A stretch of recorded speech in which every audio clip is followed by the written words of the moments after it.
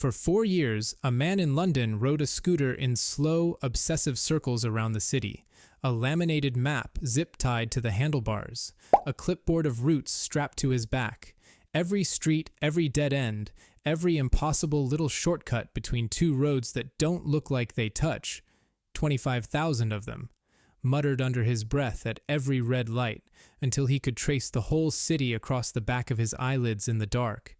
There's a name for what he was doing. They call it the knowledge, and it is so brutal that most people who begin it quit. But when he finally passed, scientists put his head in a scanner and found something that should be impossible. His brain had changed shape. One part of it had physically grown, larger than yours, larger than it had been the day he started, swollen like a muscle that had been put under load every single day for 4 years. This is the story of that man's brain. And quietly, every time you open that AI little chat box, it is also the story of yours, running in reverse.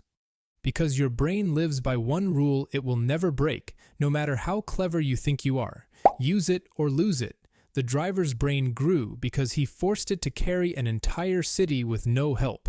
Yours is shedding that exact same machinery right now in real time, for one reason.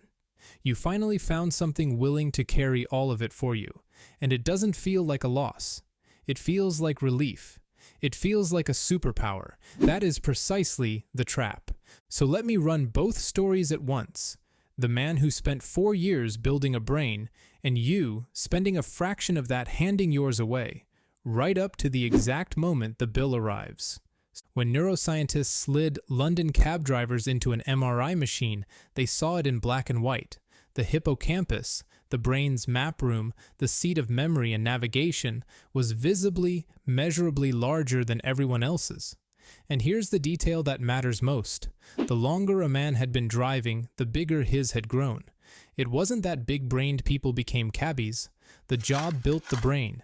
Effort turned into tissue, year after year. Now turn the camera on you.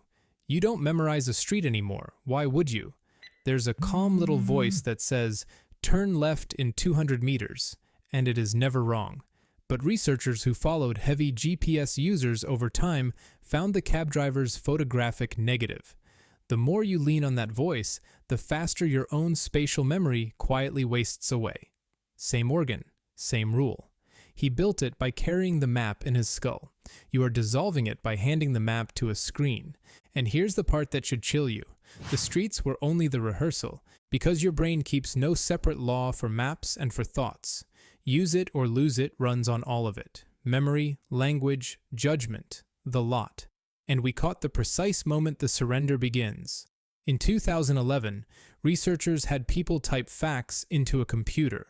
Half believed the work would be saved, half believed it would be wiped. The ones who knew they could get it back later didn't remember the fact at all. They remembered where to find it. They called it the Google effect, and you have lived inside it for over a decade. You don't know your closest friends' phone numbers anymore. You know the rectangle they hide behind. But notice, Google still made you do most of the work. You typed the search. You judged which links to trust. You stitched the scraps into an answer with your own hands. The cab driver carried the whole map in his head. With AI, you are not even carrying the path between two facts anymore. You ask, and the finished thought arrives. Warm, done, yours to copy down. And in 2025, a team at MIT decided to do for thinking what that scanner did for the cabbie. Watch it happen right there in front of them. They wired people into EEG caps, reading the electrical storm of the brain in real time, and had them write essays. One group used ChatGPT, one used a search engine. One had nothing but the inside of their own skull. The brain-only writers lit up exactly like that cab driver, strong, wide, richly connected networks firing across the whole head. The AI writers had the quietest brains in the room, the weakest connectivity of all three groups. Whole regions sitting dark, idling, waiting for a job that never came. And then, the moment that should stop you cold, when the researchers asked the AI group to quote a single line from the essay they had just finished writing, many of them simply couldn't. It had flowed out through their fingers without ever stopping in their minds. They hadn't written it. They had watched it be written. It never even felt like theirs. Now, I'll be straight with you, because being right matters more here than scaring you. That study was small, and it has not yet been fully peer-reviewed. On its own, you'd shrug it off, but it does not stand on its own. It points in the exact direction as every other piece of this, and the team already had a name for what they watched piling up: cognitive debt. Debt, because that is precisely how it behaves. It charges you nothing today. Today you feel sharp, fast, 2 steps ahead of everyone still doing it the slow way. The bill arrives later, on the day you finally have to think without the tool, reach for the muscle, and feel around in an empty drawer. And the MIT team watched that bill land, when they took the people who had been leaning on AI and asked them to go back to writing with only their own heads.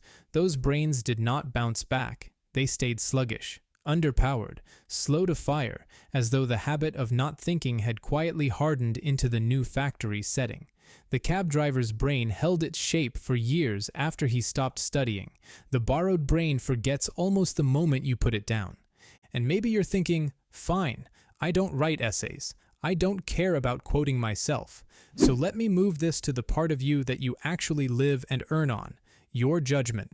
That same year, Microsoft and Carnegie Mellon surveyed more than 300 people who use AI at work every week.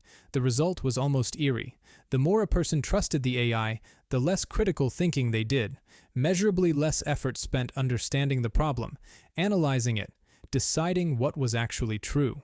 And their work began to converge. Less original, more interchangeable. Everyone's answers sliding toward whatever the machine had offered first. A second study, this one of 666 people, traced the same line and added a colder one. The younger you are, and the harder you lean on these tools, the lower your critical thinking scores tend to run. The cab driver lost none of this. He was building, not borrowing. You are trading away the one faculty you can never download or reinstall. The reflex to look a confident answer dead in the eye and think, wait, is that actually right? So this is where the story is supposed to end, on the line you've been bracing for the whole way down. AI is rotting your brain. And it is wrong. It's the part almost nobody tells you, and it flips the entire story on its head. That cab driver's brain was not magic, and yours is not broken. He didn't end up with a healthier brain than you. He ended up with a used one. You are not walking around with a damaged brain, you have an idling one. This was never rot, it is disuse. And that single word is the whole distance between despair and a way out. Because the cab driver never had a choice. There was no app. He carried the city in his skull, or he failed the test and went home. You have a choice. 100 of them a day, every time you decide whether to reach for the tool or reach for yourself first. And the proof was hiding inside that same MIT study the entire time. The people who thought first and brought the AI in second to sharpen what they had already built, their brains stayed lit up, every bit as bright as the brain-only group. Same tool, opposite outcome. The tool never made a single person smaller.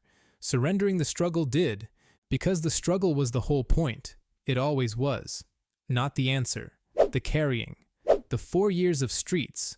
The wrong turns you had to feel in order to learn. The, no, that's not it, start again, that you have been trained your entire life to hate and skip and optimize away.